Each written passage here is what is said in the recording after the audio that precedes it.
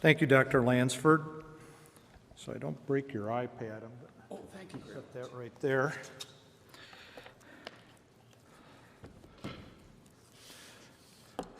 Thank you for this opportunity to lead things off today.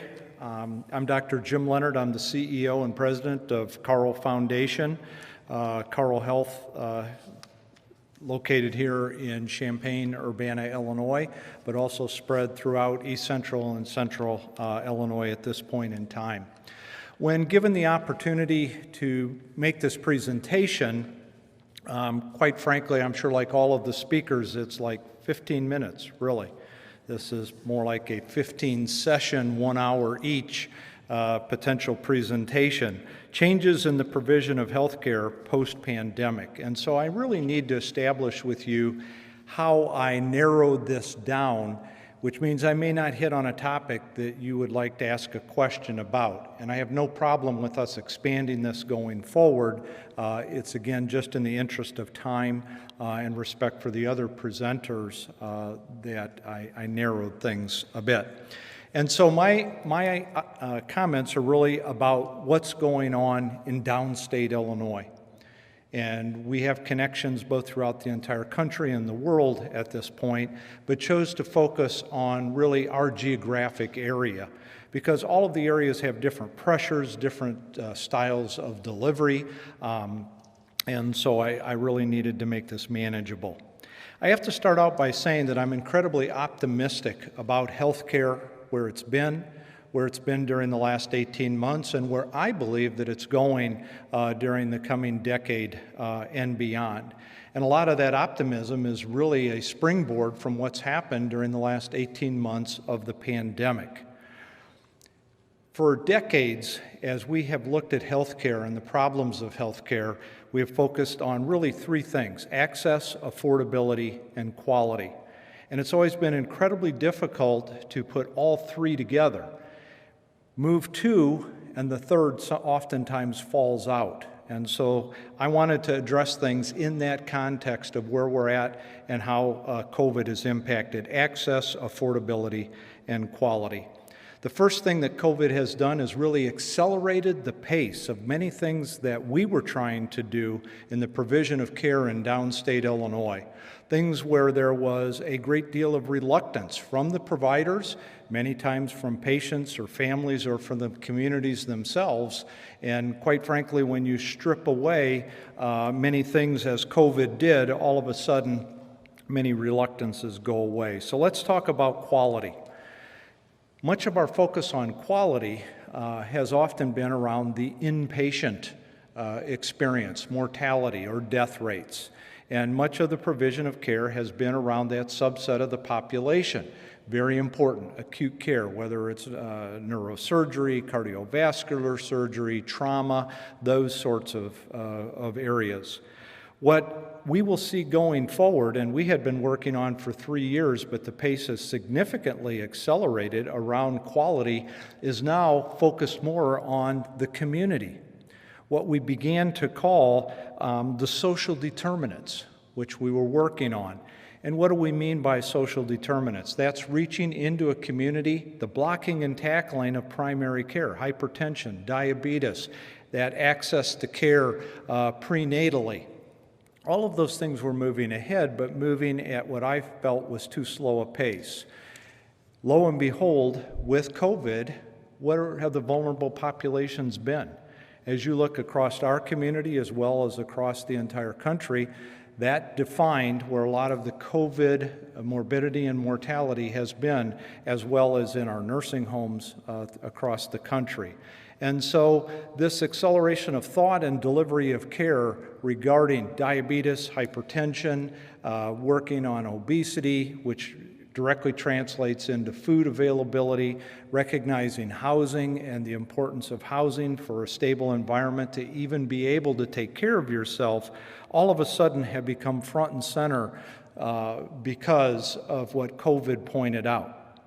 So even from a self-serving standpoint, there's something in it for everybody to make sure that we're dealing with the social determinants of healthcare, because the pandemic showed that when you have a pool of susceptible individuals at a higher risk for whatever reason, that all of us are impacted by that. And so that is one of the outcomes that you all will see going forward, I believe, and I know you will in our environment, is that pivot, if you will. One of the things that quickly comes into focus with that, though, is a discussion that we need to have. Maybe today, but for sure going forward, and I'll get to it around affordability, but I wanted to make sure right up front that I mentioned it. We've been very focused on the miracles of science that we've been able to do, and whether it's around genetics, the genomics, the medications that have been available.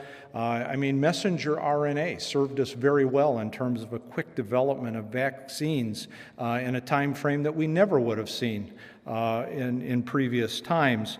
That's all well and good, but a discussion around how we spend money on those miracle advances versus the dollars that are available as a society around that blocking and tackling. We should all have a voice in that going forward, and I really look forward to that discussion. Let's talk quickly around access, because that's something that is near and dear to almost everyone's heart, and I've heard about it on a daily basis. Access to primary care, right? Access to the emergency room. My physician, I tore a ligament in my knee and I can't get it fixed for 3 weeks. That's pretty inconvenient. Can't we do it quicker? How are we going to deal with access going forward? We had already begun to move ahead with e-visits prior to the appearance of the pandemic. And even with the size of our system, lo and behold, we had less than 100 visits, even though we had the capability available over almost a year. And that's 100 total visits. Within 2 weeks of the pandemic shutting everything down, we were doing 4,000 to 5,000 visits a week. That's not going to go away. Now, I know it will shift because it already has. What is the right percentage? What should be seen in an e-visit, and when do you need to be seen in person? And is there a certain ratio if you have hypertension that it's 3 visits electronically and 1 in person? All of that is being worked out as we go forward, but really striking a balance of how we use the technologies that are available. But it's different, and I know for some people it's uncomfortable to have an e-visit when you're always used to seeing your provider in person. Things are going to be different going forward, and we all have to adjust to that. I have to tell you that one of the things that this really puts at risk, and I've had this discussion within Carle Health, is primary care. Prior to the pandemic, there were a lot of patients being seen in convenient care. Millennials view access to care differently than maybe other generations and want to be seen at 7 o'clock on Saturday night when it's convenient. And if the primary care office isn't open, then we go to convenient care. If convenient care is not open, then we go to the emergency department. And oh, by the way, we won't spend several hours in the emergency room in the middle of the day and be away from our jobs. And so how primary care is delivered going forward, I will tell you, is going to feel different. And primary care will have to adjust to that 24/7 availability connected to the convenient care experience. And that's other names are used in other places around the country, but I hope and believe that most of you are familiar with what that means. And so how you are connected to a physician or a nurse practitioner will be different going forward, because the pressure is about being seen as much as it is about that connectivity. Now again, I'm speaking about primary care, not specialty care at this point. There hasn't been as much pressure to shift that availability and how that is done. Affordability. I already commented on the discussion that we need to have as a society regarding how our money will be used going forward. And again, it won't be just all in one bucket or another, but how do we want to deliver care? We've had some excellent examples from around the world of how different systems that we thought might be better than ours have also struggled in this pandemic, and moving forward, the adjustments that they will have to make to better serve their populations. And so I think we'll be in the same bucket with everyone else, if you will, about what that means and how we decide what our system looks like, all driven by the pandemic that we have experienced. Now, in wrapping things up, I have another couple of minutes, I believe. Pardon me? You have 6 more minutes. 6 more minutes, okay. I spoke faster than I thought. I really wanted to address what we can look forward to, and again, this is my opinion, but I think is incredibly important that it be addressed. This pandemic, and when will we be in an endemic situation where the rules change a little bit?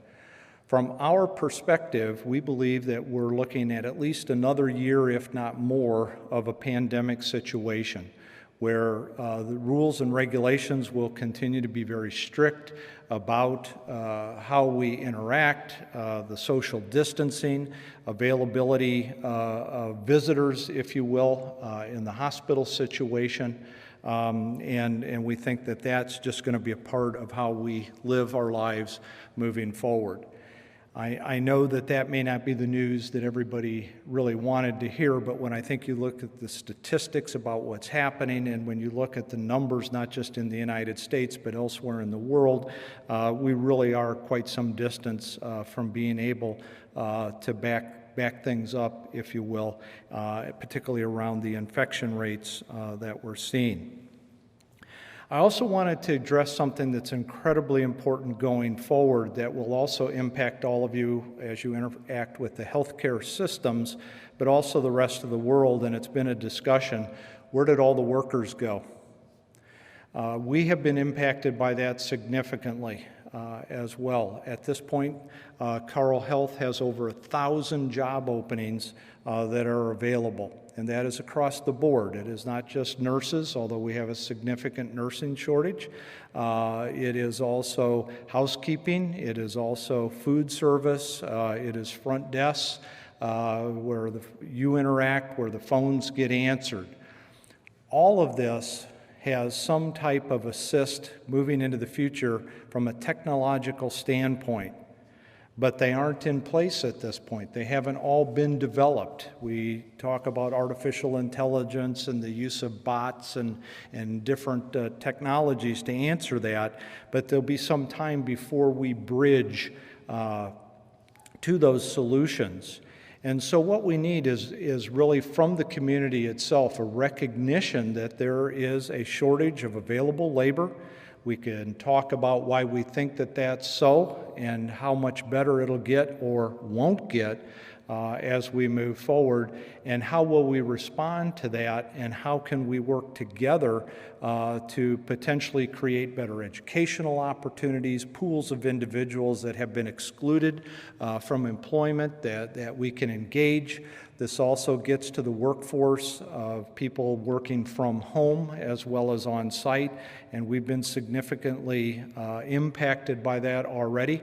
We have people in over 26 states at this point working for Carle Health, and we're happy to have people in those other states that can connect electronically.